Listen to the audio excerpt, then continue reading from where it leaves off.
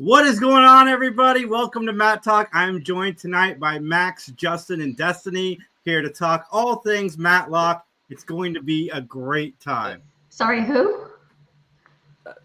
Wait, you're on the wrong show, dude. Oh, I might need to retire. I'm forgetting people's names now. Take some Prevagen, maybe. Oh, man. Sorry, guys. I meant to say John, Dan, and Liz, but those names popped out. What can you do? That's what happens when you get over 40. John should know. Yeah, it happens. Trust me. There's been many times over the last year or so where I've gotten up from the couch and went to the kitchen and then stand there going, what did I come in here for? Obviously, that's a reference to the episode we're watching, everybody, called The Outcast. How are you guys doing today? Doing good. Doing good. Can't complain. I need to start knitting. Knitting during the podcast seems productive. I listen better when my hands are busy. What are you making, Liz? It's a sweater. Okay. Oh, I like that color scheme. Thanks. How long does it take you to knit a sweater? The average adult sweater takes about 120 hours. I'm not a very big person, so probably a little less than that for me. Okay. Daniel, what's up with you, man? Shoot, not much. Just can't wait to discuss this episode of Matlock, and I'll just same old. Okay, I gotta ask you two things. One, where are you at with Dallas? Okay, I've actually got it right here. I was good because on camera we're on season 13. Because I know it'll be inverted on the camera, but season 13.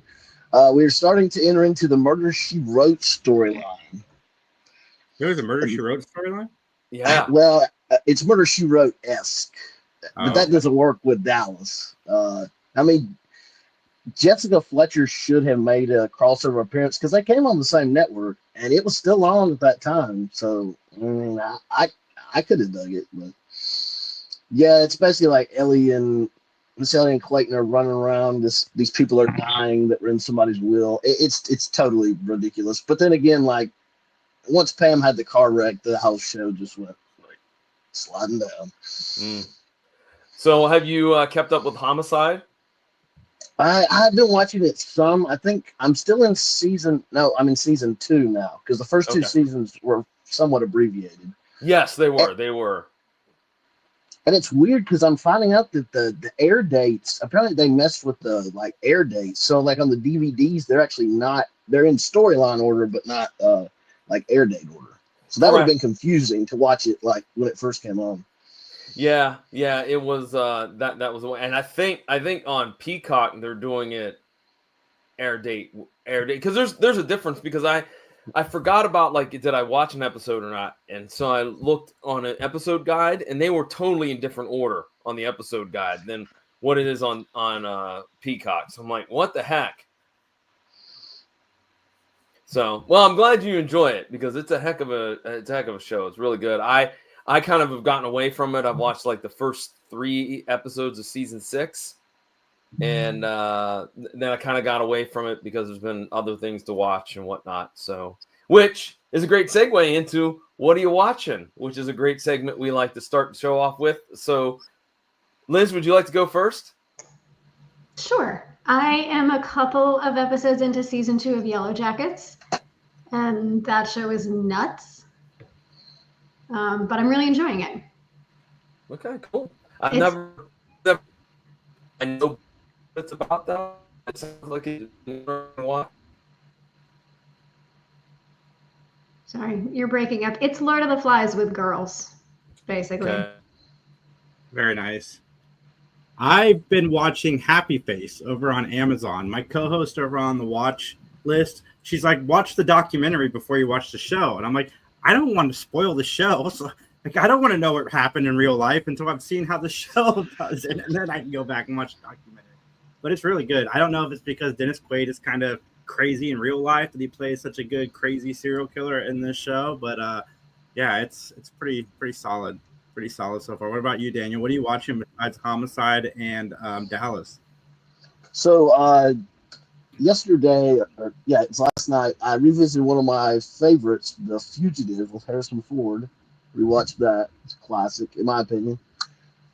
And then this one goes more or less to John when Grandpa's internet comes back up. But we got ECW Heatwave 1998. John is currently logging in the AOL on his dial-up network, and he will be back. Well, now there's two of me, so I don't know. There we go. Okay. Well, first of all, Daniel, I want to give you bad prompts. I was at that pay-per-view. Wow. Yeah, I went to both of the heat waves that were in Dayton. Went to the infamous. You saw the infamous Dudley's promo. Oh yeah, I was there. Were you the guy in the Hawaiian shirt that he talks about? No, I'm not gonna say what he says. That was those two, and then I went to November to Remember '97, which was in Pittsburgh, and that would have been the. Let's see, what was that was when Bigelow took on Shane Douglas. Shane Douglas won the title back. That was the main event. But yeah, I was an old ECW mark from the get-go. Just loved it.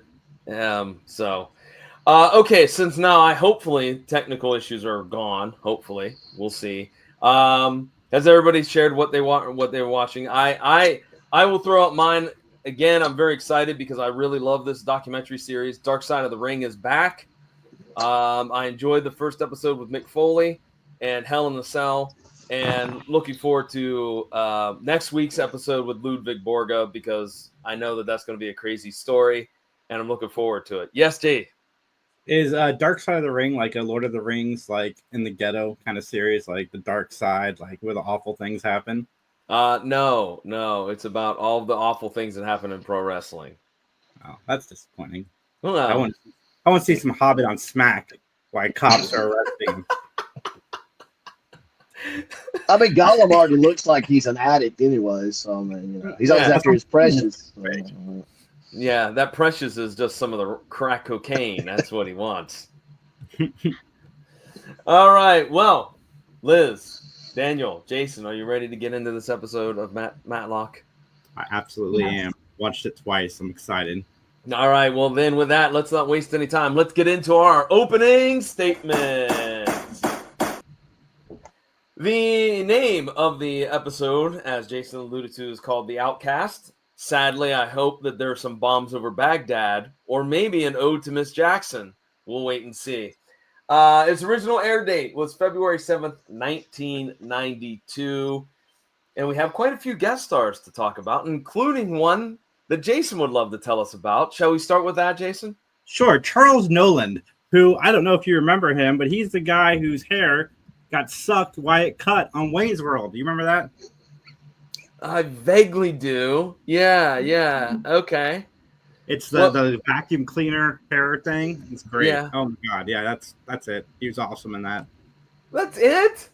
I mean, he was in Old School. He was in West Wing. He had 43 credits in West Wing. I can't believe you even left them out, John. He's in one of the greatest comedies of all time, starring Norm Macdonald and Artie Lang, called Dirty Deeds.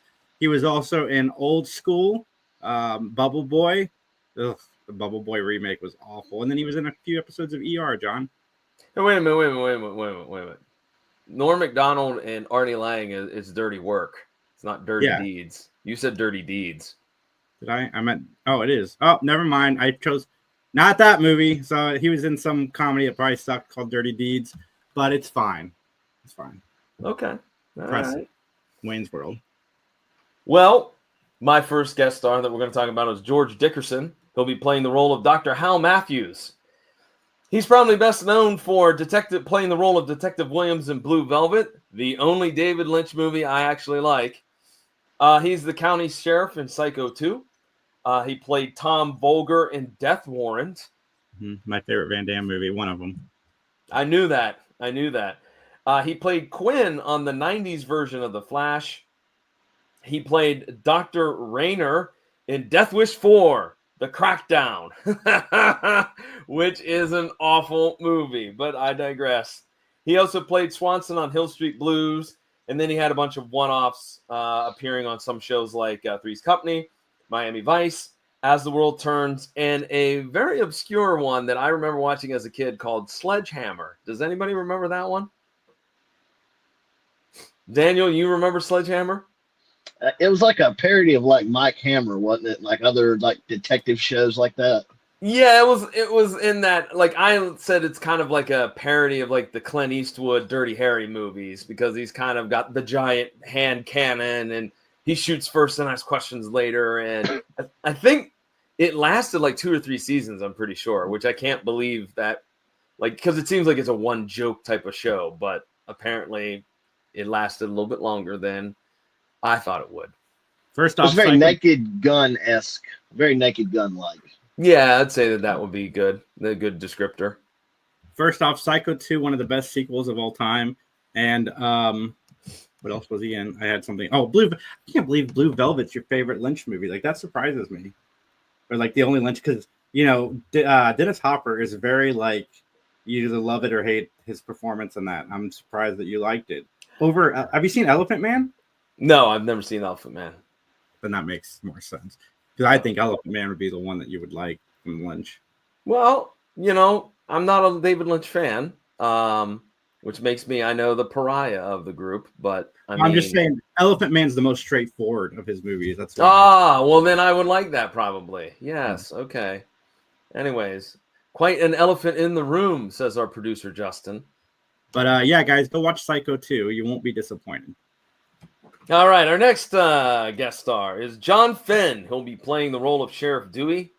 You may also know him as playing the role of Sergeant Major Mullicky in Glory, John Stillman on Cold Case, Captain Rourke in Blown Away, Good Assistant movie. Director Marsh in Catch Me If You Can, Jackson Chase on FBI's Most Wanted, Earl Sutton on The Walking Dead, Brigadier General Shroud in Ad Astra, General Charles T. Ellison on NCIS, Judge Denner in The Blacklist, Sheriff John Witten in Dawson's Creek, and about 95 more roles to his resume. So this guy has been around. And I think he does a pretty good job of playing the sheriff in this episode. I'm just going to throw that out there now. Yeah, and so far, both of our guest stars, or at least 2 out of the 3, have been in The Incredible Hulk. Okay, that was random. That's random, but okay. That's a great show. Of course. Especially the ending credit music is always the best. Let's talk about Mickey Jones, who plays the role of Ernie. You may know him also from movies such as Trucker in Starman, Monty Johnson in Sling Blade, French fried potatoes, the mechanic in National Lampoon's Vacation, Burley Minor in Total Recall, Eddie in Penny Dreadful, Vernon on Son of a Beach, Pete Bilker on Home Improvement, one of my favorite shows representing here. He also played Rodney Hot Rod Dunham on Justified, and he's got about another 100 some odd roles to his lengthy career as well. I knew him from Home Improvement. So what was his character like on Home Improvement? Pretty much the same guy that was in this show. Really? He was kind of like... I don't think he veered too far from this acting niche that he had. No. I mean, even you reading his resume, mechanic, I can't remember the other names, but they were truck driver, mechanic, biker. I didn't put in the biker, but he has a lot of biker credits to his name. Mm-hmm. So, all right. And then lastly, Art LaFleur. Another Home Improvement actor. Art LaFleur? Mm-hmm. All right. As Buck Rahal. You may also know him from playing the role of the Babe in The Sandlot, Captain Sears in Cobra, the pharmacist, also known as Mr. Penny in The Blob, Chick Gendel in Field of Dreams, the Tooth Fairy in the Santa Claus 2 and 3, William Bowling on The Practice, Bart Curver on Hyperion Bay, Skip in Mr. Baseball, and this one, I want to check this out. He's in a project called Dahmer versus Gacy, in which he plays Dr. Hess. I don't know about any of you 3, but my interest is piqued on that one. John, you forgot his very, very famous role in Beethoven's Fourth. And he also played the Tooth Fairy in the Santa Claus movies, that's how I knew him. Like, it wasn't Home Improvement, but he was in Home Improvement. I had double checked that. But yeah, I remember him as the Tooth Fairy. He played a really fun Tooth Fairy, better than The Rock. Well, now that's saying something. So nothing, Jason, on Dahmer versus Gacy, and I mean, is that like an Alien versus Predator situation? Like, what is the plot of that? Batman versus Superman? Like, you know what? Hold on, we'll find out here. Let's see. I need to know. Why John fact checks that he was also in Death Warrant, and he was in John's favorite show, Life Goes On, with Corky. Dahmer versus Gacy. A secret government has been trying to create the ultimate killer using the DNA of infamous killers Jeffrey Dahmer and John Wayne Gacy. But there's one big problem. They've escaped. Bloody mayhem stretches across the United States as they go on the ultimate killing spree. Trying to stop the maniacal madness is Ringo, a hick warrior using only a shotgun and bottle. I have to click the bottle of whiskey. God, he really had a tough time after leaving the Beatles, didn't he? Got wild. And then he was also in The Incredible Hulk. Art LaFleur was not in The Incredible Hulk. Yes, he was. Okay. Rest in peace. He died. Oh, that makes me sad. That's why he wasn't in the Santa Claus show. Oh, sorry. Well, there you go, Liz. It's not. I thought it was going to be like a UFC cage fight, is what I was thinking, but you know. Yeah, that plot was not as exciting as I was hoping for. No, it wasn't. All right. Well, everyone, I have to ask this question to each and every one of you. Are you willing to give an opinion, your opinion, and solely your opinion, so help you? Let's testify! Let's testify!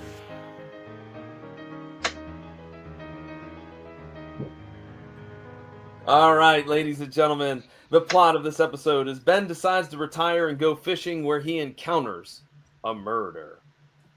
I just want to go ahead, Liz. Sorry, can I give you my thesis statement theory about this episode before we start? Go right ahead.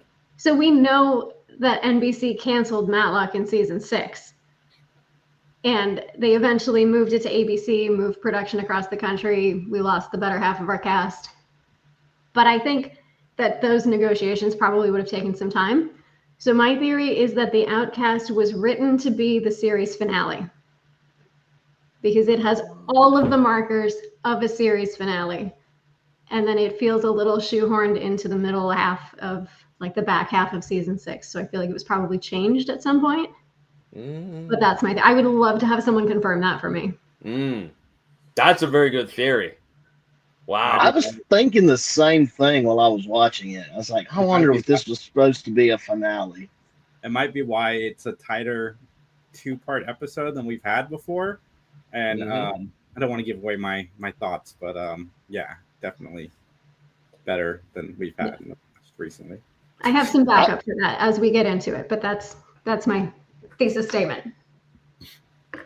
I'm going to throw it out there that I really do appreciate the slide whistle in the theme. I really do. Not that I don't enjoy our heavy metal version of it, but that's more slide whistle. Everything needs more slide whistle.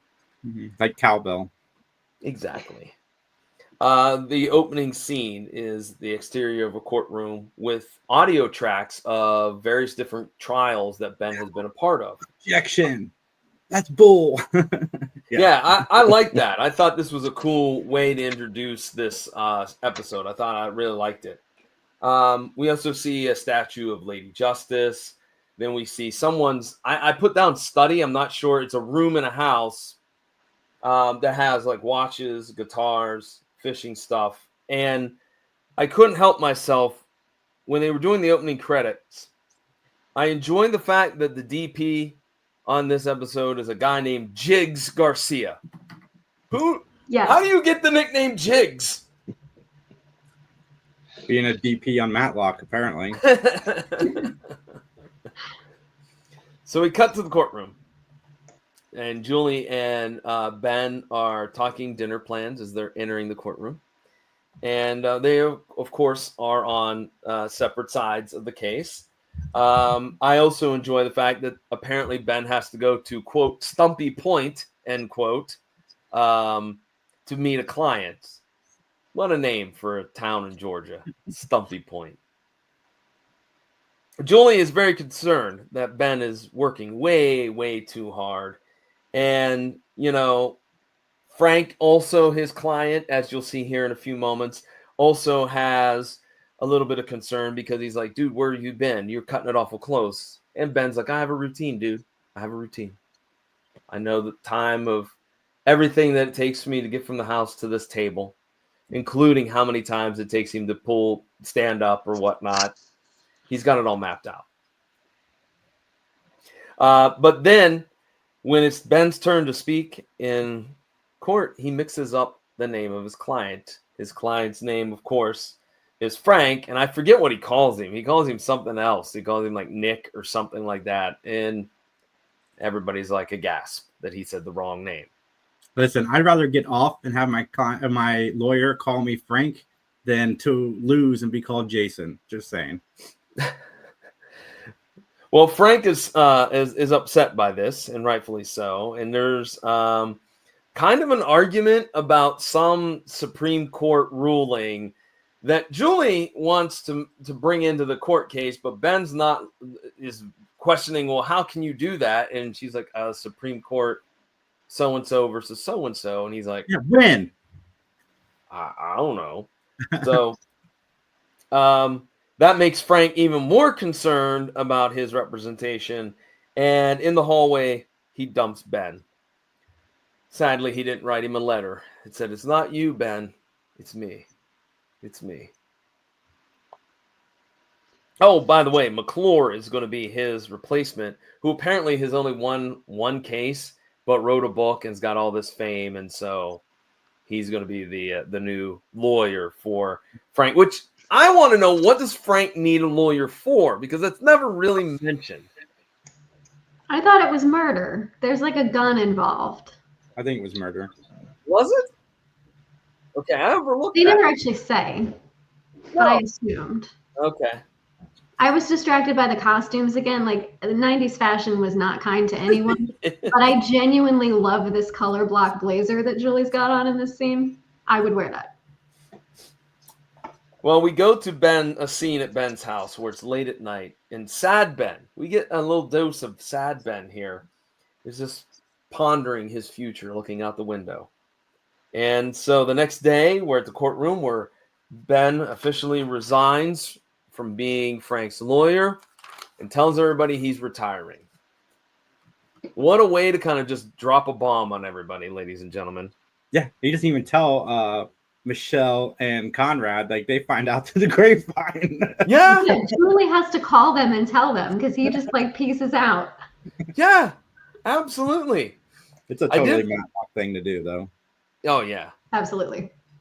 I did mark down that the judge and Julie have the same hair color, which I don't know why that was a weird thing for me, but I'm like, that's weird. I just got fixated on that for some odd reason.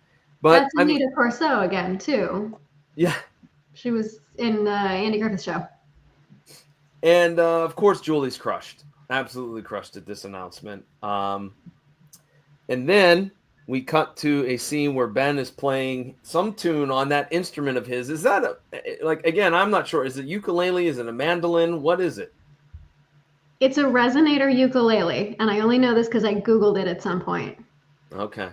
What makes it what'd you say? A resonator? Resonator. I'm not sure if it was a brand name or just because it's an all metal thing. Okay. It was popular in the 80s. Well, you know what? If anybody out there watching or listening would like to help us out with that, Jason, there's an easy way they can get in touch with us. You want to hit them up? Yeah, guys, email us at benmattalk@gmail.com. And you can also contact us through Facebook at Mattalk Podcast as well. So Conrad and Michelle arrive. Again, no one locks the door in Atlanta, Georgia. They just stroll on in.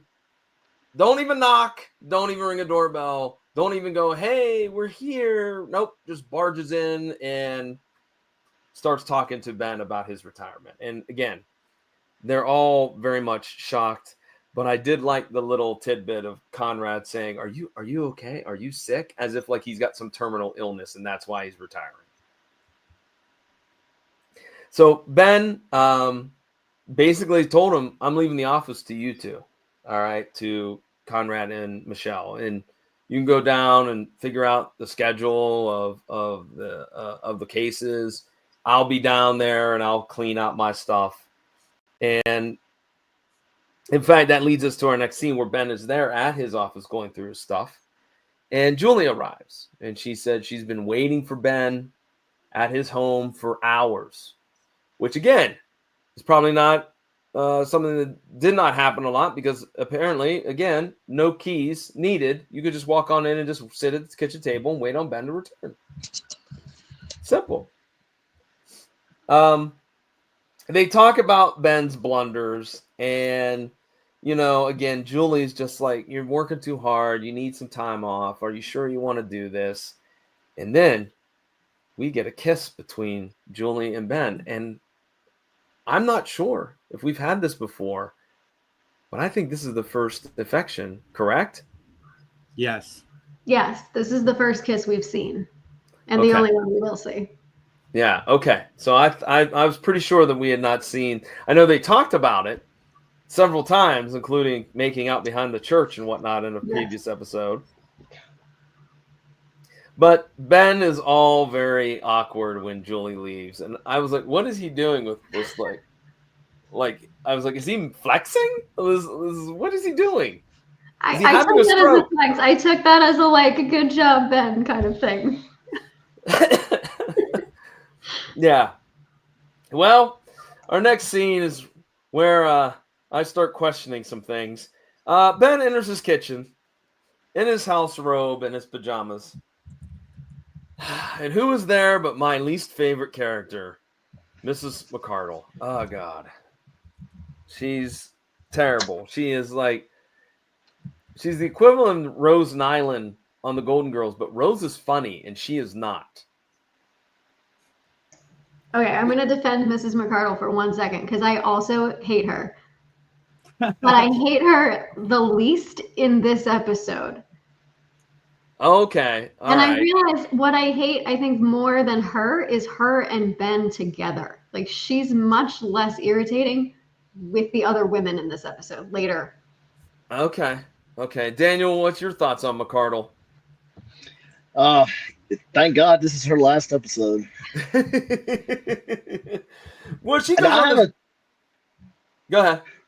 I have an interesting theory about, when she makes that comment about, what happens to people when they retire or whatever, and Uncle Bernard, tells about Uncle Bernard and he became Aunt somebody or whatever. I think that Uncle Bernard is Barney Fife. It's like, I think they're in the same universe, Matlock and the Andy Griffith Show. They gotta be. I mean, they're only 2 states away from each other. Think about it. Yeah, that's true. My state's in between. So. Well, yeah, McCardle starts this whole thing about berating Ben because he slept in. I'm like, one day, lady, chill. It's day 1 of retirement. I think he could catch up on some Z's. Okay, calm down.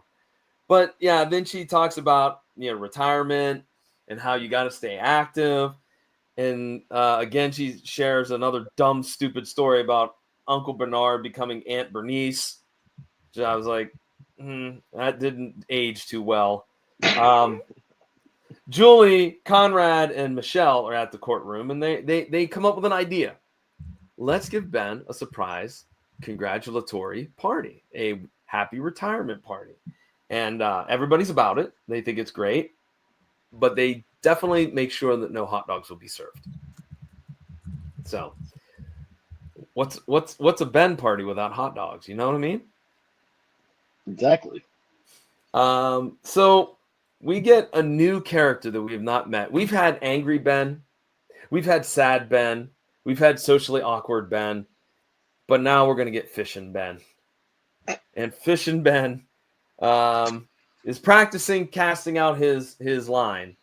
And in front of a tree. I mean, it's totally something somebody's grandfather would do, but it's in front of a tree. that you know it's there. You know the tree is there. So why would you cast in that direction? Exactly. So anyways, he gets the hook stuck in a tree.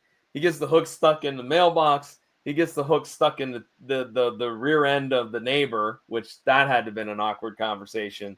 But yeah, I mean, it was funny for what it was, but I was like, exactly what you said, Jason and Daniel and Liz. Like, shouldn't you be doing that somewhere safely, somewhere else?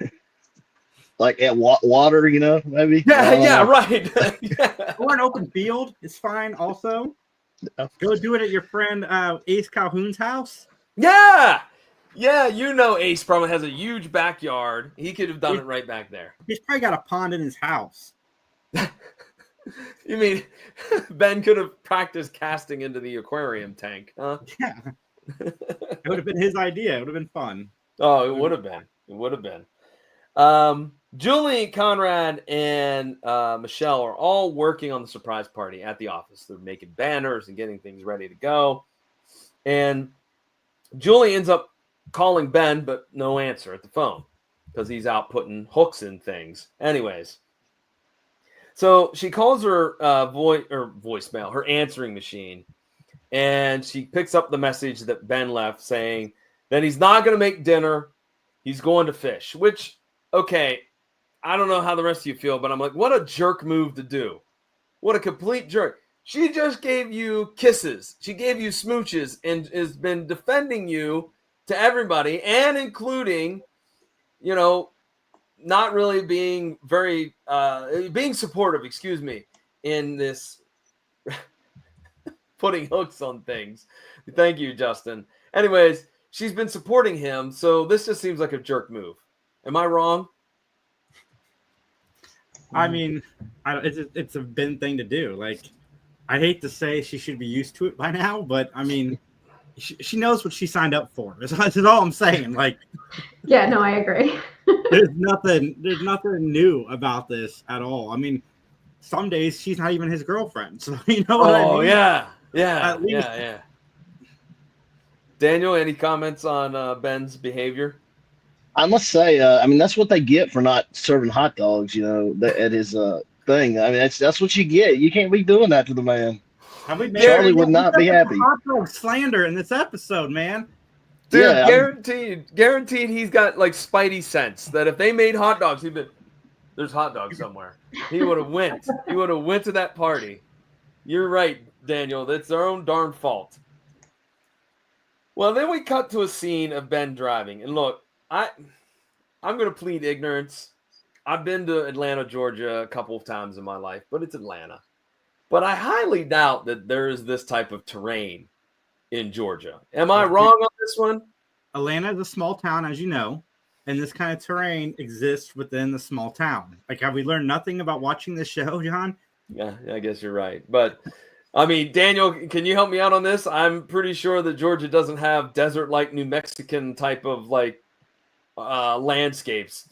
Am I right? No, I mean, they've got a lot of backwoods. I mean, you got a couple big cities. You got Augusta, you've got Atlanta, and you've got Macon, Savannah. Besides that, I mean, it's backwoods deliverance country.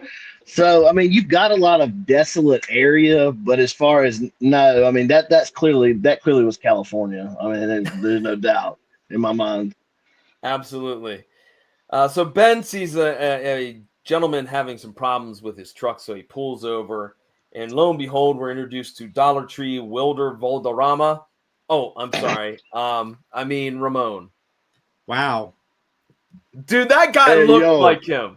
That guy looked like him. I literally, not kidding, paused it and Googled on my phone, is Wilmer Valderrama been in Matlock? And it said no. So Ben gives Ramon a ride into town. And just to give you some backstory, Ramon is from El Salvador. He has family still down there. It's important to him to work so he can send money to them. And when they arrive in Oak Creek, Ramon says, hey, I'm going to try to get my truck towed. So he goes and talks to Ernie while Ben gets some gas in his car. Ramon then comes out, says to Ben, everything's set to go, but I'm going to go talk to my new boss, Mr. Jones. I was like, man, this poor kid is gonzo, but I didn't know like it was going to be this elaborate. Yeah. I spoiler alert, I do like this episode, but like there's an easier way to do what they're doing instead of killing people. Yeah. I would have gotten away with it too. Yeah. If it weren't for that meddling Matlock.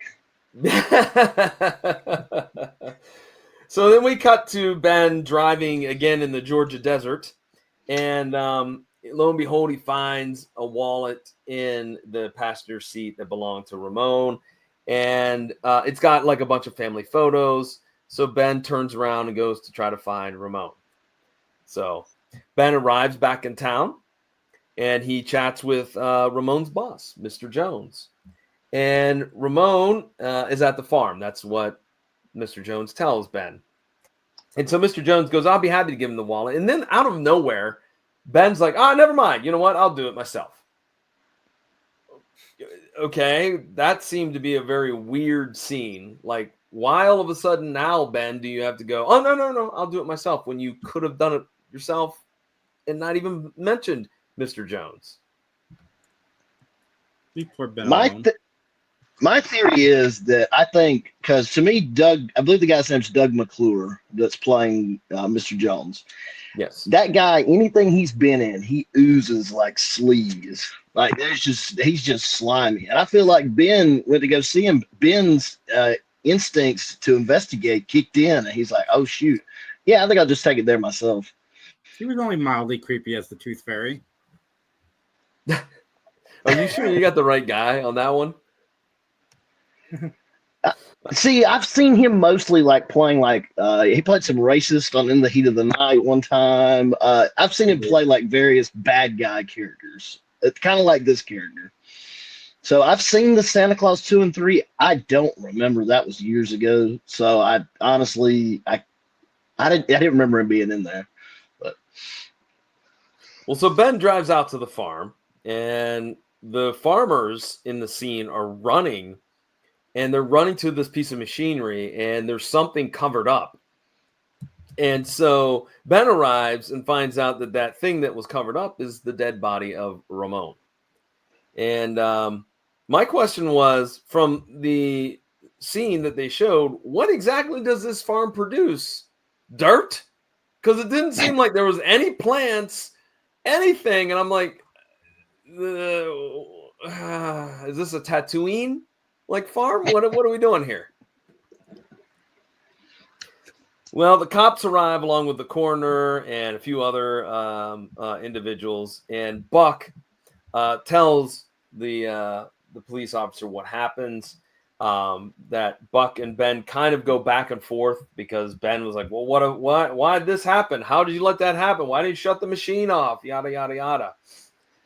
Lester was in the cab running the machine, and basically, somehow Ramon ended up underneath the machine, and it sliced and diced him.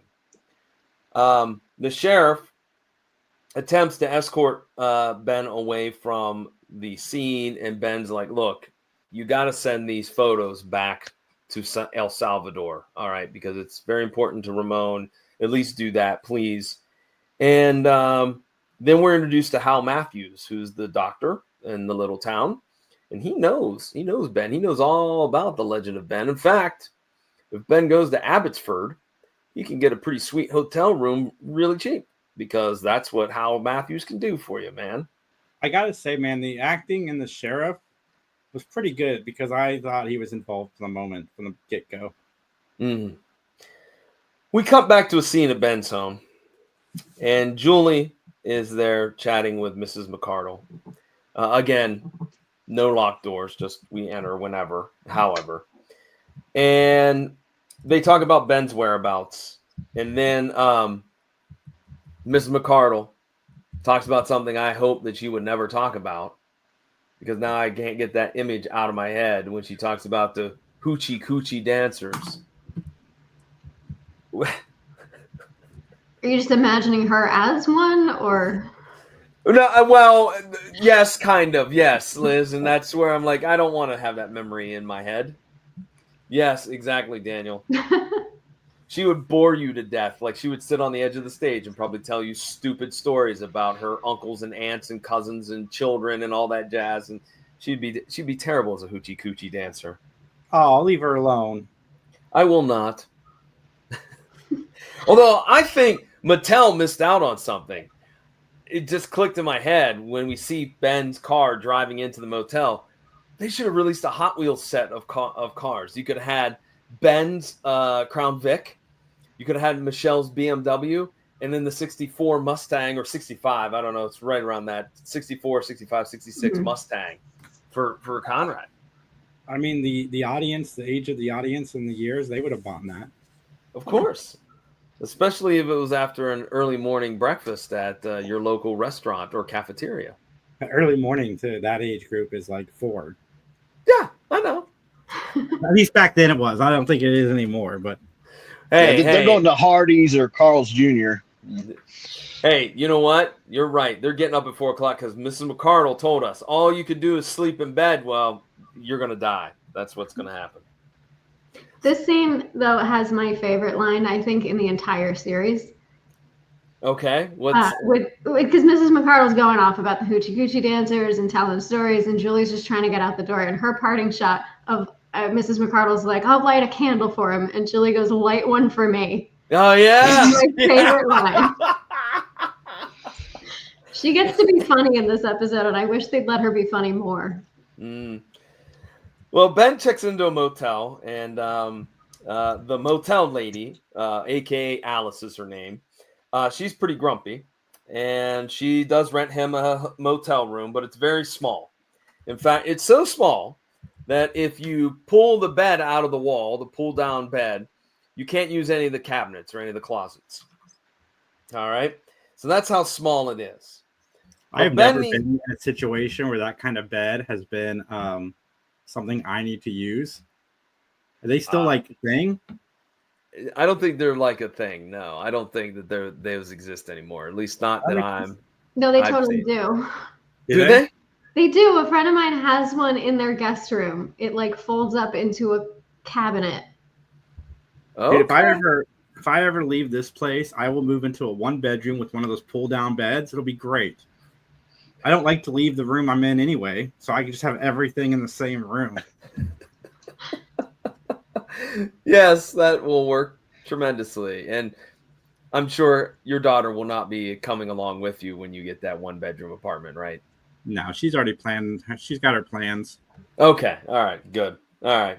Anyways, Ben decides to go to the Oak Creek Diner. Zach, who was a gentleman that Ben talked to on the farm, is there. And they chat about Ramon's death. Mr. Jones comes into the diner, and he says that Ramon's body is going to go to El Salvador for a burial.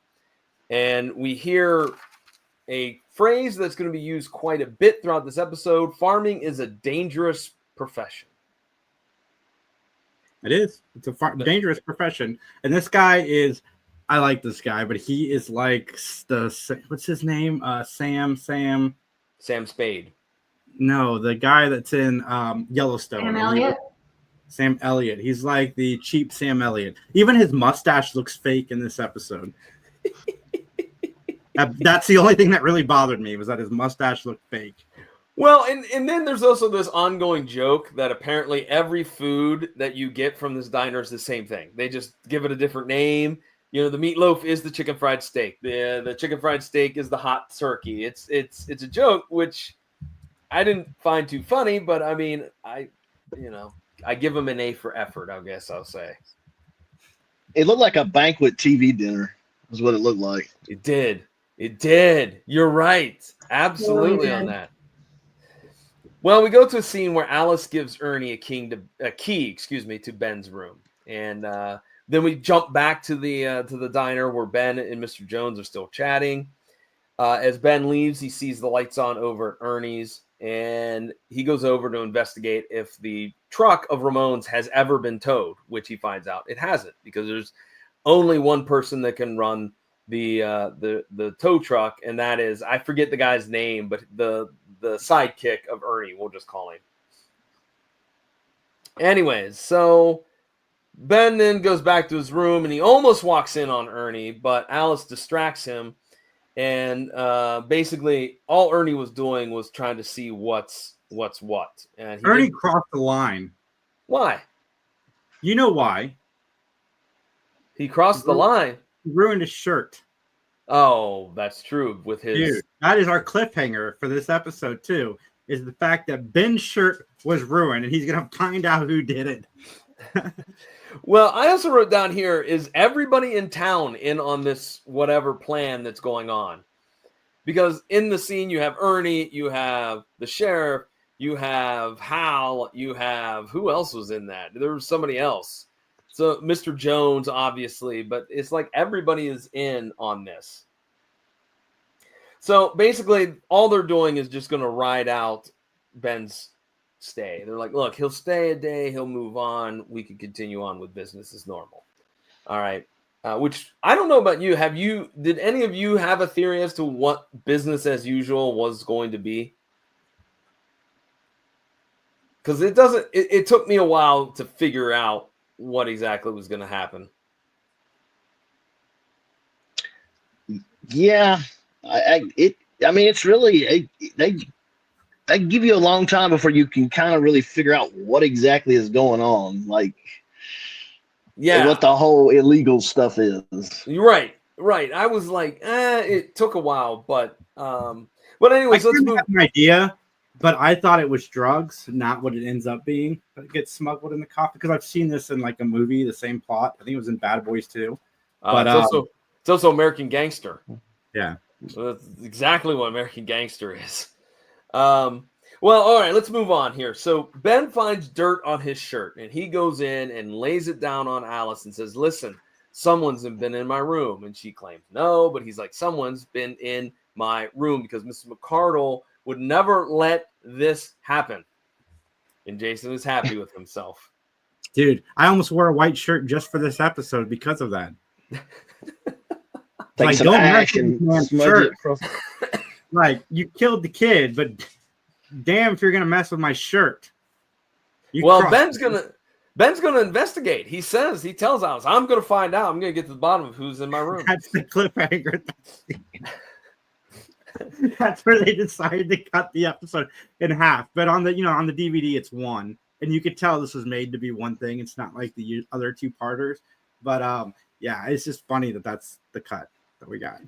I watched it first in syndication on a local channel that reruns Matlock, but they do one episode a day. So I literally watched the first part, and I'm like, oh my gosh, look at the way they ended this. And I had to go back the next day and watch the second part to see what really happened. I was really confused and ticked off. Who's messing with Ben's shirt? Yeah, and I like that Ben's still in his bathrobe as he leaves in a huff. In fact, Ben ends up talking to the sheriff about this, which I'm like, what? You're calling in the sheriff on this one. This is going to make you seem like you're a crazy lunatic. You know that, right? You're not. You haven't realized that the sheriff is obviously involved with this. No. I like that Ben referred to Ernie as that fat fella. I don't know why it made me laugh, but I'm like, that's pretty funny. By the way, I hope Ben bought stock in Tums, because he seems to be eating them all the time after the vile food that he got at the diner. Ben goes to the funeral home, and Ernie from across the street is watching. And in the funeral home, Ben runs into Rusty, who is the assistant undertaker, which I thought right there, Daniel, that could have been a crossover. The Undertaker on Matlock as an Undertaker. And he's got Razor Ramon in a casket. There, yes, he could have had that too. Hey yo, so Rusty is almost done prepping Ramon's body. Ramon, according to the ledger, is supposed to be shipped out on the 24th, and he came in on the 20th, which kind of doesn't jive. It's as if, sorry folks, John needs to start a WWE podcast. Well, I already kind of have one of those. But anyways, that's a long story for another time. So basically, Jones calls over there, and Rusty takes the call, and then he's like, hey, wait, no, you can't look at the ledger. Sorry. And the dates don't jive because the dates, the way that they have it dated, it's actually predicting that Ramon is going to be killed and then brought in, and that's not what happened. That's not at all what happened. So Ben tells the sheriff what he found, and the sheriff's like, look, man, you're imagining things. You're paranoid. This is not what indeed happened at all. But Ben was like, nope. Something's up. And so the sheriff goes, look, I got to go. I got to go to the Simpsons farm, and I'll meet you out there. Okay, I'll meet you out there. It's off this road and that road and this road. And so here we go to the actual cliffhanger. Ben is out on those dusty roads of Georgia, and Ben is followed by a pickup. And we find out later at the end of the scene that it is Ernie who has run Ben Matlock off the road, and Alice arrives. And actually, was it Alice? I believe it was Alice, wasn't it? No, it was somebody else, wasn't it? No, it was just some random person, I think. It's a random person because they had a black kind of like souped up Oldsmobile car. Okay. My notes are wrong on that. But anyways, we leave off with the cliffhanger. Is Ben dead? Of which we all know he's not, because, unless your theory's right, Liz, and this is the last episode, that would have been killer. That would have been awesome. Would they have actually killed him off? No. Probably not. But he's not the only major character who nearly gets killed. No. We're going to carry on here as the sheriffs and cops arrive. Ben is alive, but he's pretty banged up. And we get a little bit of angry Ben, as angry Ben is upset with the EMT putting like stuff on his arm. And he's like, is that battery acid? And so he tells the sheriff about the arrangements made on the 17th, 3 days before Ramon is found dead. And so the sheriff and Ben go to the funeral parlor where EJ is there. And EJ won't let Ben or the sheriff look at the books. Although I did enjoy the fact that they said, well, Rusty let him look at it. And I like how the EJ was like, well, what do you expect? You listen to all that rap crap music. It's making him make bad decisions. I'm like, great. Thank you for that. And Rusty is not Seth Green, but every time he came on the screen, I thought he was for a second. Oh, that's okay. I mean, hey, I thought maybe that Ramon was Welder Valderrama. So, Wilmer Rama would have been 8 or 9. I know. 10, I know. Maybe. I don't know. What was that 70s show? So, the sheriff tries to smooth things over with Ben. All right. And I like that Ben slaps him on the arm or punches him in the arm. And he's like, you can't hit me. Alice is confronted by Ben because he's like, look, there's something about you that's different. You're not like all these other people. You know something's going on in this town. You know that maybe Ramon got murdered. Why? You know this, but you won't tell me. And so we go to a scene where Mr. Jones discusses the book with EJ, and he talks about how the state police are involved. And here we go, where we finally find out that there's something going on where they're shipping stuff out of the country, which I put down that they were shipping drugs with dead bodies. But it obviously, as we'll get into it, that's not quite exactly what they're doing.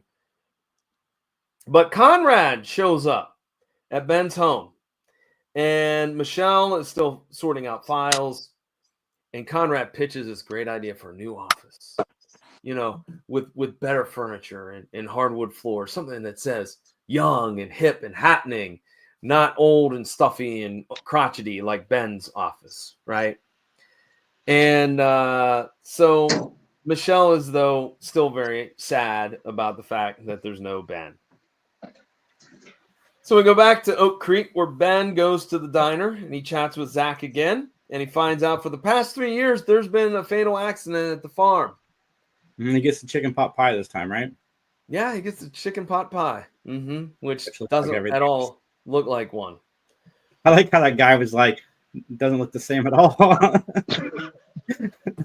And that dude like was weird looking. Like I don't know who the actor was, but like he had the weird sideburns, which were cool, but he was completely bald, which made it look really weird. Like I'm like, what is this dude's story? Buck wants to talk to Zach. So Ben, then we have a scene where he tries to call the ATL, but the lines in Oak Creek are down. Ben's car is towed in, and he can't rent a car because there's no such rental car place in Oak Creek. But the sidekick at the garage offered him his Harley Davidson motorcycle, which for about 3 seconds I thought, he's gonna do it, isn't he? No, he can't. But for a few seconds, I'm like, yeah, I can see him, driving down the highway, yeah. But alas, no. Because Ben flags down a big rig by literally walking in front of it and going, wait, hey. Like, does he have a death wish? And I was also more interested in the fact that the truck driver was like, yeah, sure, man. I'll take you wherever. Sure. What else? Well, a few hours later, or maybe the next day, state troopers, one of which his name is Lucas, arrive. And they kind of talk to the sheriff and go, do you not know who this is? This is Ben Matlock. He called the governor collect. Now, maybe if they call him governor, I think the state patrol people should spend more than 5 minutes in the town investigating. Yeah, and real quickly for you younger people out there who probably don't know what call and collect is, allow the old man to tell you. It's the idea where you could pick up a phone, a landline, and you could dial a number and actually have the charges charged to the person that you're calling. So it's called or the way we used to do it is you'd call 1-800-COLLECT. Hey, please state your name. I'm at the movie theater. Come pick me up. I'll be ready in 5 minutes. And then hang up. Then they don't have to phone. There you go. Or 1-800-CALL AT&T. That was one. There's quite a few of them. I actually saw an ad. 10-224. Was that one of them? That might have been one of them. I saw an ad, by the way, one of those retro ads on Facebook for a bag phone. $700 for a bag phone. My grandfather had 1980. That was 1989. Sorry. It was like $3 a minute or something. Yeah, of course. All right. Well, Lucas ends up not really believing Ben's story. He sides with the sheriff. And so then we cut to a scene where Ben just spills the tea on everyone. He's like, Alice, your husband's in a rehab facility for stroke patients. It's a really nice one. How you paying for that? Oh, Dr. Matthews. How does he have that sweet house over in that ritzy neighborhood? Oh, EJ has a boat. Like he lists all of these things. And so basically, Alice gets very indignant with him and yells at him. Well, we're almost through this episode. And the one thing that we have been missing is Undercover Conrad. Well, here we go, ladies and gentlemen. Undercover Conrad, working at the farm, hired by Zach and approved by Mr. Jones so he can just snoop around. The sheriff tries to give Ben a ride because Ben is walking to the local fishing spot. And basically, Ben also ticks him off by going, hey, those 3 racehorses you have in Louisville, tell me about those. Broom, drives off in a huff. And then EJ, Matthews, and Jones, they all meet about another shipment, but they're worried about Ben interfering with that shipment. So Ben is fishing and Ernie is watching, but I love how it's like it alluded to that Ben knows he's over there behind the tree over there, which, you know, is funny because clearly Ernie is an idiot. Zach shows Conrad a tour of the farm and they talk about the Ramon death when some random punk shows up on a dirt bike and he's like, you You got me fired, Zach. And fisticuffs and a knife is involved. But lo and behold, Conrad to the rescue. He disarms the guy, and then Zach punches him, or had already punched him, or got whatnot. I mean, it was a big to-do. It was a big kerfluffle. And at what point did we as a society get more suspicious about somebody coming to a job and on their first day asking a million questions about something that happened like 2 weeks ago? Like, when did we decide, okay, this is suspicious behavior now? Because obviously the guy was not suspicious of Conrad at all. No. And you bring up a valid point. Like, I would have been like, why are you asking about how many people died here? But that's okay, because he owes him. He owes Conrad a big one, because if it wasn't for him, he would have just gotten that arm injury. He would have been sliced and diced by that punk. A valid concern, I think. Justin agrees with you, Jason. So we go to Ben's. Jigs. What'd you say? Thanks, Jigs. It's my new nickname for Justin. Jigs. He loves it. Oh, that's good.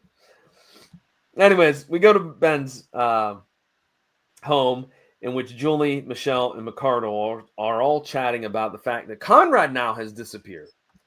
And McCardle does this whole stereotypical, like, men doing men things, and the women should be back home and let the men fight the dragons, and more bullocks that she spouts out about stupid stuff that I can't stand. So That aged like milk.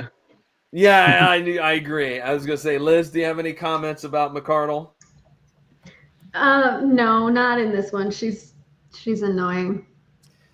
Though she does bring up more hoochie coochie dancers, which makes Michelle and Julie go, oh, I got a thing to do. I gotta go. And see ya. Thank you, Miss McCardle. That seems like a Les Calhoun storyline more so. I could see him bringing up hoochie coochie.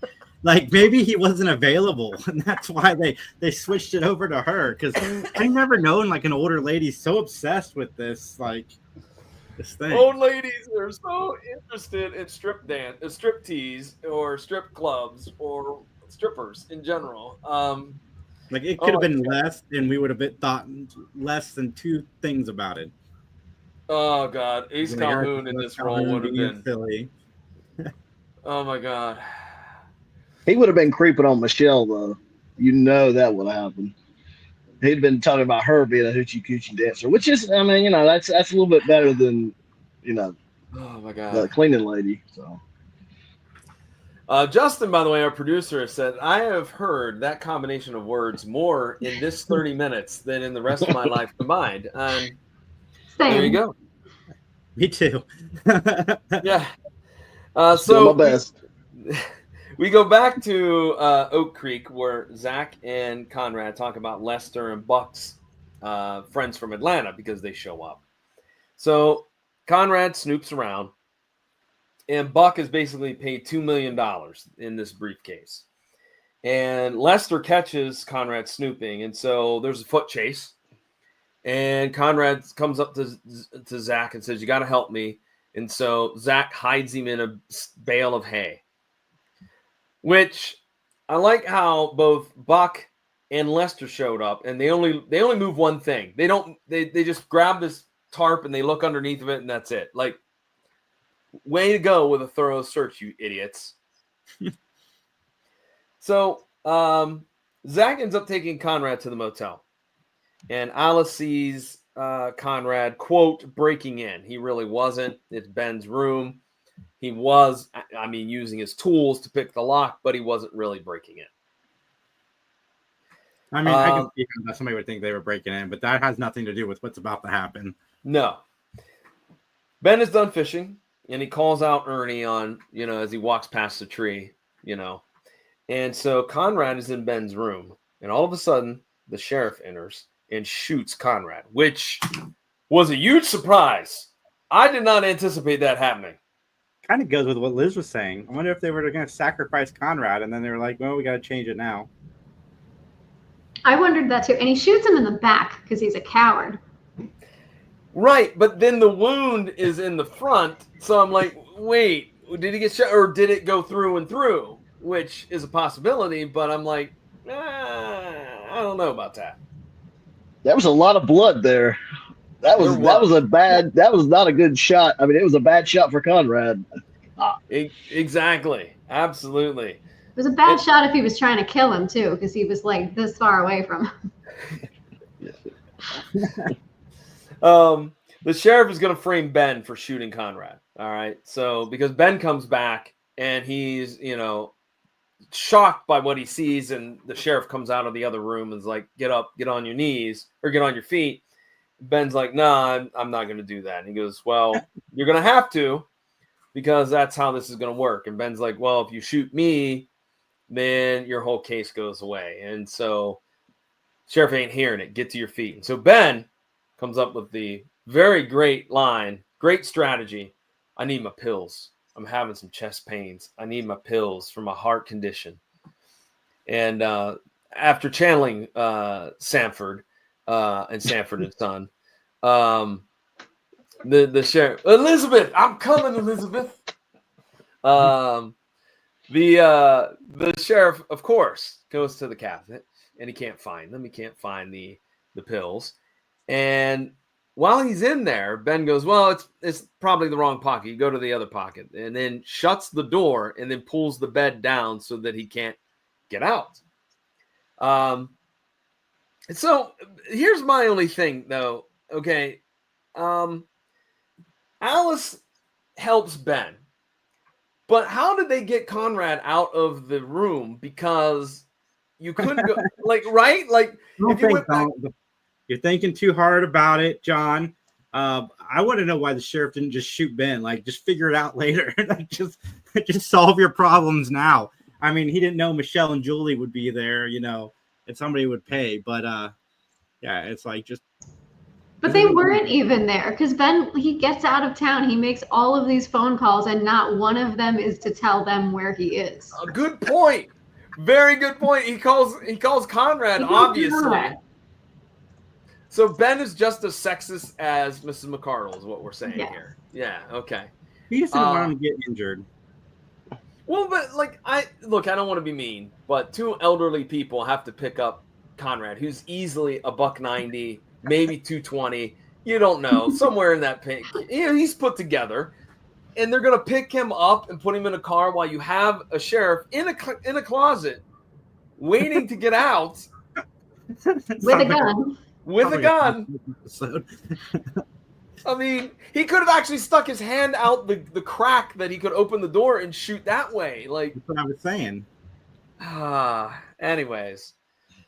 So Ben wants dropped off at the farm, and then he tells Alice, get Conrad to the doctors or the hospital, and then call the state police. Now, what a way to treat your coworker. Oh, I'm not going to stay with him. You random stranger, you take him to a hospital. Make sure he's okay. I got other things to do. What a selfish jerk. Right. Well, Rusty claims excuse me, let me go back real quick. Mr. Jones is there with all of his cronies at the funeral home, and Rusty comes and says the freight truck has arrived. And then all of a sudden, Ben shows up with a posse. And it's all the townsfolk who don't apparently appreciate the fact that these hoodlums are running the show. And Zach finds like a ton of cash in the coffin, because Zach, is like, well, if you got nothing to hide, then you won't mind me looking in this coffin. And he finds a truckload of money. So the state police arrests everybody. Alice says that Conrad's going to be okay. And then she's going to turn herself in, which I thought was kind of a little bit odd. I mean, I don't know. But then we go to Ben's home, where they're having the retirement party. And are there any hoochie coochie dancers to talk about? That's what they want to know. I think that was Julie that asked that. And Frank shows up, and he's like, look, I'm sorry I fired you. I lost my case. I'd like you to handle the appeal. Again, I wrote down, what crime is he involved in? Because if it's murder, why is he out walking around in public? There's That's a good point. Yeah, like you would think that you would be at least have some type of deterrent to be out roaming around. I took him to Mickey R. Took him to what? The Mickey R, the McDonald's of ERs. Oh, okay. Just took him through the drive-thru, sewed him up, he's fine. Some duct tape, some super glue. Well, and then Frank says, "Name your price." And as we know, cash rules everything around Matlock. My question is this, though. Let's say you had a friend that's retiring or having a birthday or whatever. You go to all the effort to do a surprise party. Like for Ben, we have the happy retirement, everything, the food, the drink and everything. Aren't people going to be like slightly upset when he's like, yeah, you know what? I'm not retiring. We went to all this effort for you and you're not retiring now. Like, Now, I don't know. Parties, John. People like parties. There's punch and pie probably there, and they were fine. Didn't they say there was spiked punch too? The green punch. The green punch. Okay. Yeah, Ben gets down. Ben gets down. I mean, they didn't have to bring a gift, so it's probably okay. Oh, that's true. That's true. Maybe. I did also write down that if Frank lost his case, that means like big fancy lawyer guy had his ass handed to him by Julie because she won. Something that's overlooked. Yes, correct. No love for Julie from the writers. No. Anything else you guys want to talk about real quick? Yeah, I was gonna throw in. Well, at first, I honestly thought the Undertaker's assistant was Eddie Deason. At first, I'm not gonna lie, did kind of favor him a little bit. And the second thing was, John, I cannot believe you did not recognize the actor playing Zach. I did not recognize him. That's the you ought to be ashamed. That's the that's the master of ceremonies of the Oil Barons Ball, Mr. Punk Anderson from Dallas. Oh, the one that was Jock's oil buddy. He was on there a good bit. Yes, he is. He was, man. I do feel bad that I mean, like I said, I gotta do a rewatch of Dallas. It's been a very long time since I've watched it. But you're right. He did look familiar in that. And now that you mentioned it as one of Jock's buddies, yeah, that makes sense. All right, then, ladies and gentlemen, let's go ahead and let's get on into our closing statements. This is the part of the podcast where John and I rate the show on a gavel system. 1 gavel means 5 gavels means we loved it. 10 gavels means we're going to let you guys go because we're running on the Gone with the Wind version of Matlock podcast. I give this a 5. I don't give very many 5s, but I give this a 5. I love this. I love watching it the second time. It was a made-for-TV movie, and it felt like a well-done made-for-TV movie, and it might just be because the last few episodes of the show have not been great. All right, Liz, how about your rating? I am also going 5. I like this one. It's a full cast. It's a solid story. The pacing is good. I really want to know what the original ending would have been because that party feels tacked on, but it's good. I like it. Daniel, how about you? I'm about to give it 4.5. Okay. I thought it was very well done. I thought it could have been a motion picture, the plot, honestly. I mean, obviously with more production value, but I'm talking about the plot. It could have been elaborated a little bit more. It could have definitely been an action movie from that period. Okay, I put down, I gave it a 4 because I did like, I put that I felt like the first 20 minutes was very slow and like pointless. It did pick up at the end. I did like the stacked deck that Ben had to jump all these hurdles. The car chase, Daniel, I agree with you. I think the car chase added a little something to it. My negatives, the ladies really weren't involved at all. So that kind of bothered me. I didn't like that. Some confusion about the crime. Because, again, even though they were sending money in that, I still was like, is that counterfeit money? Is it money from a bank robbery? Like, why this money going to the other end of the pipeline, so to speak, down in El Salvador or whatnot? But yeah, I mean, it was okay. I gave it a 4. All right. Liz, would you like to hype anything here real quick before we start wrapping things up? Not much to hype. New yarn collection coming soon. If you're into that, that's about it. All right, and you can be found all I over can the be internet. found all over the internet. darkseayarn.com, Instagram at darkseayarn. Okay. And you can find it on the bottom scroll for probably the next 3 months. Daniel, you have anything you would like to plug real quick?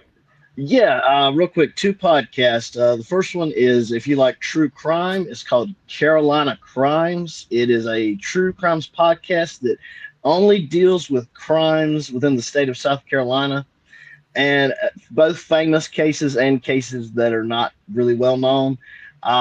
The second podcast I want to plug is the Rise Guys. That's like Wise Guys, but it's Rise, R-I-S-E, instead of Wise. It's a local radio show out of Greenville. They are kind of expanding. They're in New Orleans, Chattanooga now, being syndicated, but they have a podcast version if you don't live in the one of those 3 areas: Greenville, New Orleans, Chattanooga. But it's basically like a really toned down, FCC friendly kind of Howard Stern / Bill Maher current events, but a lot of comedy thrown in there too. So yeah. Weren't you on their show as a call-in? I was, yes. And Okay. I may have one of those coming up, because I called their, they've got a line called the FOF line where you can call in and basically like just say like whatever, and they'll bleep it, but they'll put it on the air. And mine's a joke call if it does get, and I'm sure they will pick it up because I know the buzzwords to say that they'll latch onto it. But yes, I'll be sending that your way if it gets played this Friday. So we'll see. Cool. All right, Jason, what about 3 Geeks Podcast and all your other projects? What's happening with those? I'm recording all of them this week to get ready for my out-of-town experience. So 3 Geeks Podcast will still be live Saturday. I leave Sunday morning. So that's going to be a lot of fun. We're going to have another kind of crazy day, Max and I. So coming back to that live experience in the evening will be fun. And then I'm on the road, but don't worry, Mattalk's here today. And then next week, pre-recorded 3 Geeks, pre-recorded the Big Bench watch list. So yeah, lots happening. All right, and for the PVD cast, new episodes drop every Thursday, available at pvdcast.com or wherever you find great podcasts. As of this recording, right now, the episode is called Shopping for Superman. It is about a local filmmaker by the name of Wes Easton, who tackles the issue of comic book stores that are starting to disappear and how that happened and what are some of the fixes for it. And it's a great documentary from the footage that I've seen. It's not all the way finished yet, but what I've seen, it's really, really well done. And so, yeah, pvdcast.com once again, or wherever you find great podcasts. Nice. All right, folks. With that being said, then, as we should wrap this up, thank you, Liz. Thank you, Daniel, for jumping in here and hanging out with us tonight. We appreciate it. Thanks for having us. You're quite welcome. I'm blessed. Cool. As they say in court, nothing further.